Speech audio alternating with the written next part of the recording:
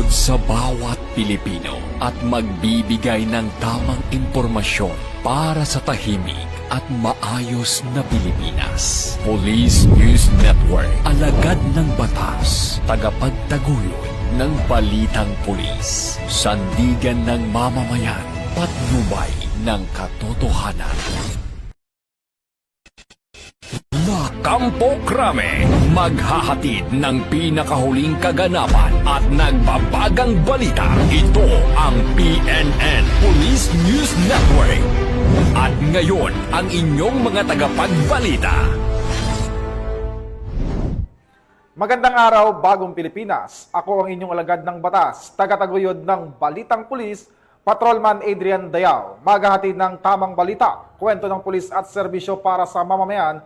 At ito ang PNP News Online, ang pangunahing balita ng Police News Network, alagad ng batas, tagataguyod ng Balitang Pulis.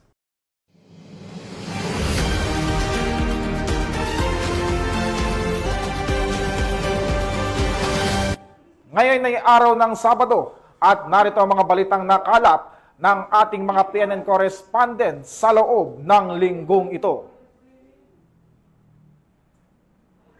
Sa ating unang balita, dalawang high-value individual ang naaresto ng mga otoridad sa ikinasang anti-illegal drug operation sa Zamboanga City at nagresulta sa pagkakasabat ng halos 800,000 pisong halaga ng marijuana. Ang report mula kay Patrolwoman Joyce Abio. Arestado ang dalawang individual sa sinagawang buy-bust operation ng mga tauhan ng Regional Drug Enforcement Unit 9, katuwang CIDG Zamboanga City Field Unit 904th MCRMFB 9, PDEA 9 Zamboanga City Office, 50th Special Action Company ng 50th Special Battalion at Zamboanga City Police Station 7 sa Kilometer 6, Barangay Pasanangka, Zamboanga City. Ang matagumpay na operasyon ay nagresulta sa pagkakaresto ng dalawang suspect na kinilalang sina alias Lim, 19 na taong gulang, isang estudyante at residente ng San Jose, Zamboanga City, at alias Arthur, 23 taong gulang, isang mekaniko at residente ng Luyahan, Zamboanga City. Nakumpiska mula sa mga sospek ang tinatayang 7 kilo ng hinihinalang marijuana na may kabuuang halaga ng humigit kumulang 840,000 pesos. Sa kasalukuyan, ang mga nakumpiskang ebidensya ay dinala na sa Regional Forensic Unit 9 para sa masusing pagsusuri, habang ang dalawang suspect ay nasa kustudiya na ng Zamboanga City Police Office para sa tamang dokumentasyon at disposisyon. Mula rito sa Zamboanga Peninsula, ako ang inyong PNN correspondent, Patrolwoman Joyce Abiog, alagad ng batas, tagataguyod ng Balitang Pulis. Maraming salamat sa iyo, Patrolwoman Abio. Dahil sa mabilis na pagresponde ng mga otoridad sa isang riding in tandem shooting incident, naaresto ang isang suspect habang nasawi naman ang kanyang kasamahan matapos manlaban sa mga responding pulis at militar sa Cotabato City. Tunghayan ang balita mula sa report ni Patrolwoman Leonora Gawang. Isa ang nasawi habang isa pa ang naaresto sa mga suspect na sangkot sa riding and tandem shooting incident matapos ang naganap na enkwentro sa pagitan ng mga operatiba ng Cotabato City Police at Militar nito lamang ika-20 ng Hunyo taong kasalukuyan sa Doña Pilar Street, Poblacion 4, Cotabato City. Kinilala ang dalawang biktima ng pamamaril na sina alias Abdul, 41 na taong gulang at si alias Nino, 46 na taong gulang na kapwa residente ng Poblacion 4, Cotabato City at ang dalawa ay kasulukuyang nagpapagaling sa paggamutan. Samantala, kinilala naman ang naarestong suspek na si alias Homie, 24 na taong gulang, residente ng Purok 2, Ampatuan, Maguindanao del Sur. Ayon sa ulat, agad na rumesponde ang mga tauhan ng Marine Battalion Landing Team 5 at Cotabato City Police Office matapos makatanggap ng ulat ukol sa pamamaril sa nasabing lugar na nagresulta sa pagkakasugat ng dalawang biktima. Habang nagsasagawa ng follow-up operation, namataan ng mga otoridad ang dalawang lalaki na sakay ng motorsiklo na tumutugma sa deskripsyon ng mga salarin. Nang tangkain silang pahintuin, agad umanong bumunot ng baril ang isa sa mga suspek na nauwi sa palitan ng putok. Napatay on the spot ang nasabing suspek habang ang kanyang kasamahan ay nagtangkang tumakas ngunit agad ding naaresto. Samantala, Patuloy ang isinasagawang investigasyon ng Cotabato City Police Office at mga kasandaluhan upang alamin ang motibo sa likod ng krimen at matukoy ang iba pang mga posibleng kasabwat ng mga suspek. Mula rito sa rehiyon ng Bangsamoro, ako si Patrolwoman Leonora Gawang, nagbabalita para sa Police News Network, alagad ng batas, tagataguyod ng balitang pulis. Maraming salamat sa iyo, Patrolwoman Gawang. Mahigit 200,000 pisong halaga ng shabu ang nasamsam ng mga operatiba ng pulisya mula sa isang drug suspect sa Butuan City. Narito ang detalye ng report mula kay Patrolwoman K. Francisco. Sa patuloy na kampanya kontra ilegal na droga, matagumpay na nagsagawa ng bypass operation ang Police Regional Office 13 na nagresulta sa pagkakaaresto ng isang hinihinalang tulak na droga at pagkakasamsam ng mahigit 271,000 pesos ang halaga na hinihinalang shabu sa Barangay Limaha, Butuan City nito lamang Huwebes, Hunyo 19. Kinilala ni Police Regional Office 13 Director Police Brigadier General Christopher N. Abrahano ang naares ng suspect na si alias Bray, 32 anyos at residente ng nasabing lugar at nakalista bilang street-level individual sa drug watch list. Naaresto ang suspect matapos magkipagtransaksyon sa isang operatibang nagpanggap na buyer. Nasamsam mula sa operasyon ang 40 gramo na hinihinalang shabu, marked money at iba't ibang drug paraphernalia na isusumiti bilang ebidensya sa korte.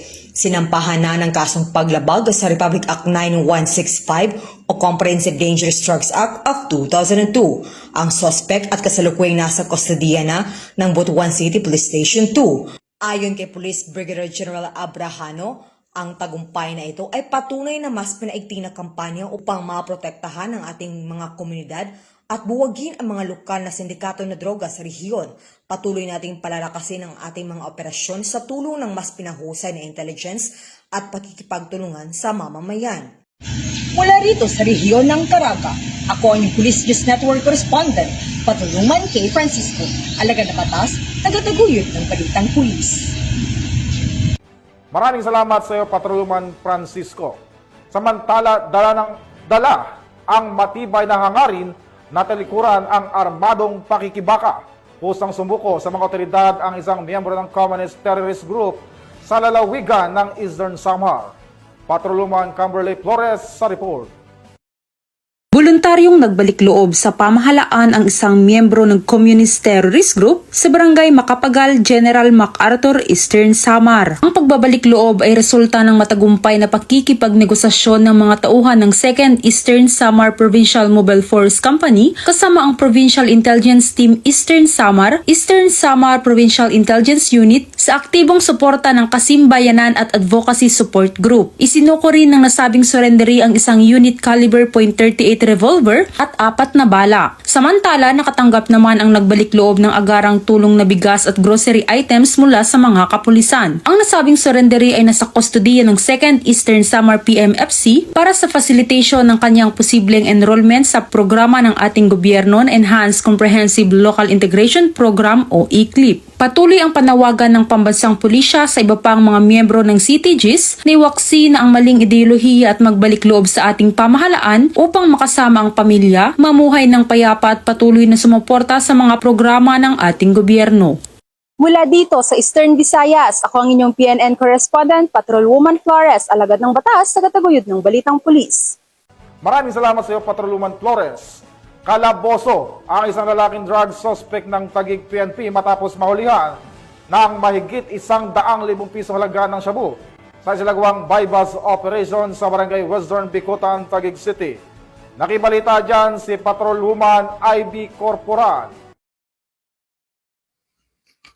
Arestado ang isang bagong tukoy na drug suspect sa bypass operation ng mga tauhan ng Taguig City Police Station sa Barangay Western Bicutan, Taguig City.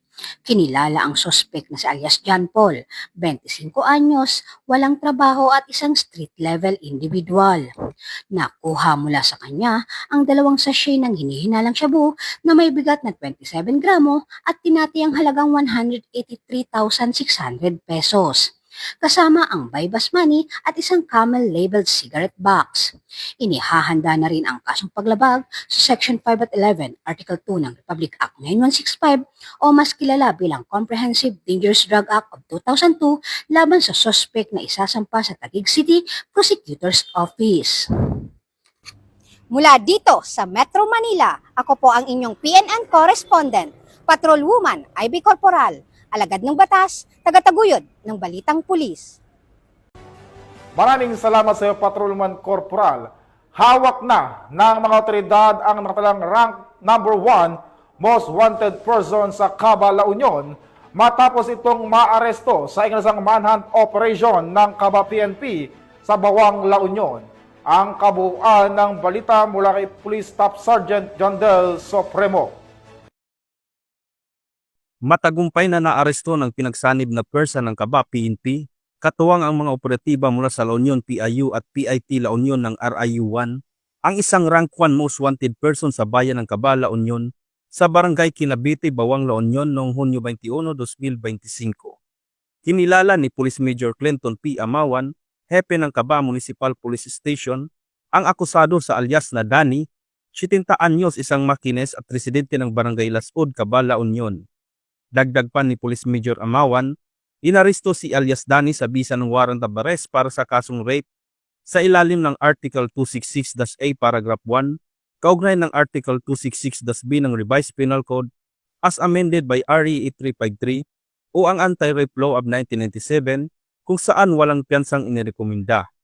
Agad siyang dinala sa Caba District Hospital para sa medical at physical examination at kalaunan ay hinihatid sa istasyon ng pulisya para sa kaukulang dokumentasyon at kustodiya bago ito i-turn over sa korte na naglabas ng warrant.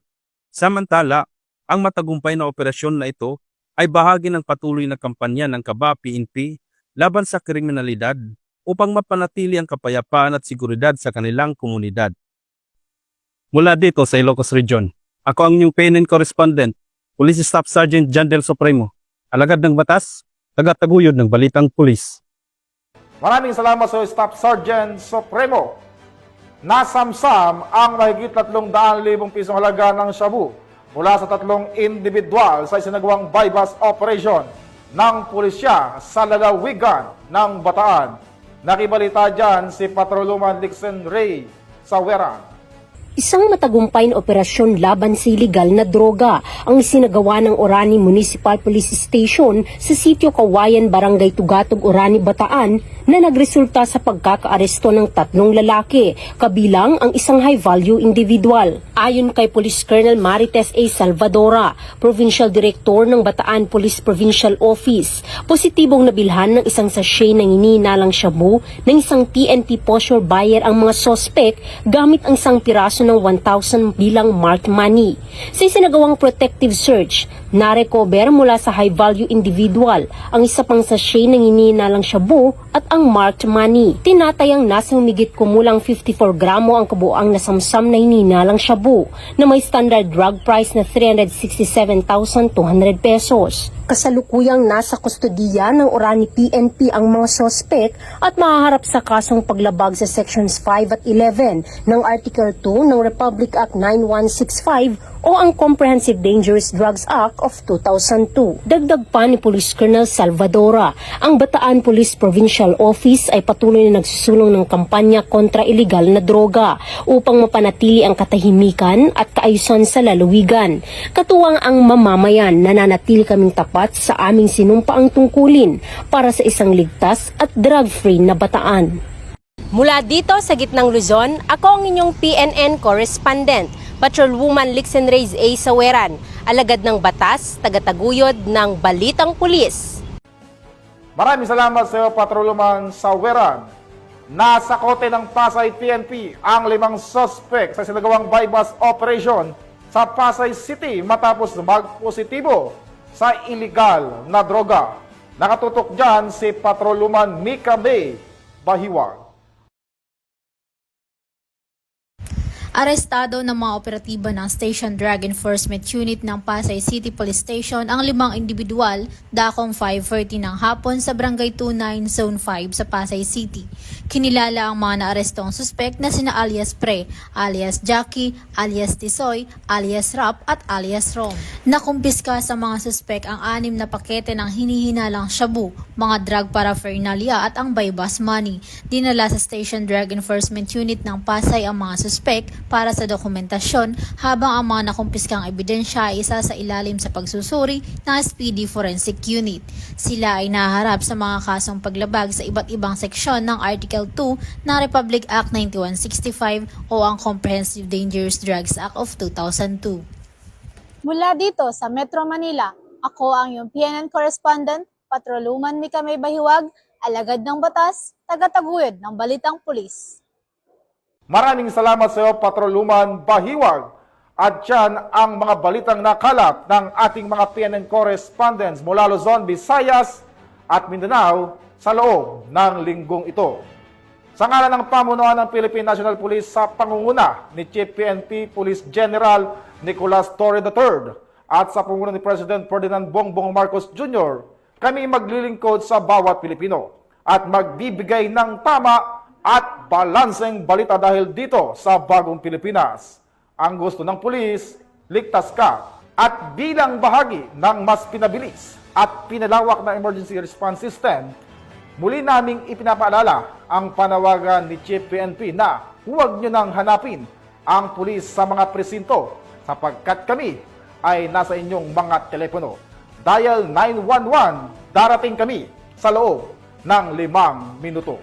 Ang 911 ay bukas 24/7, maaring tawagan kahit walang load at handang tumugon sa anumang uri ng emergency. Ipagbigay alam sa inyong pamilya, kaibigan at komunidad sa panahon ng pangangailangan. 911 ang inyong katuwang. Mula rito sa tanggapan ng tagapag-ugnay ng Pambansang Pulisya, ako ang inyong alagad ng batas, tagataguyod ng Balitang Pulis. Ako po si Patrolman Adrian Dayal. Maghahatid ng tamang balita, kwento ng pulis at serbisyo para sa mamamayan. At ito ang PNP News Online, ang pangunahing balita ng Police News Network.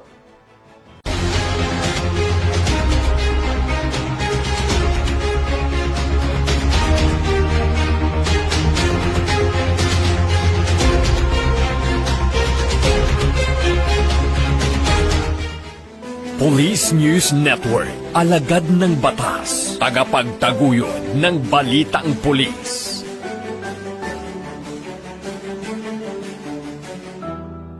Mga kababayan, huwag nyo nang hanapin ang mga pulis sa presinto sapagkat kami ay nasa inyo ng mga telepono. Dial 911, darating kami sa loob ng 5 minuto.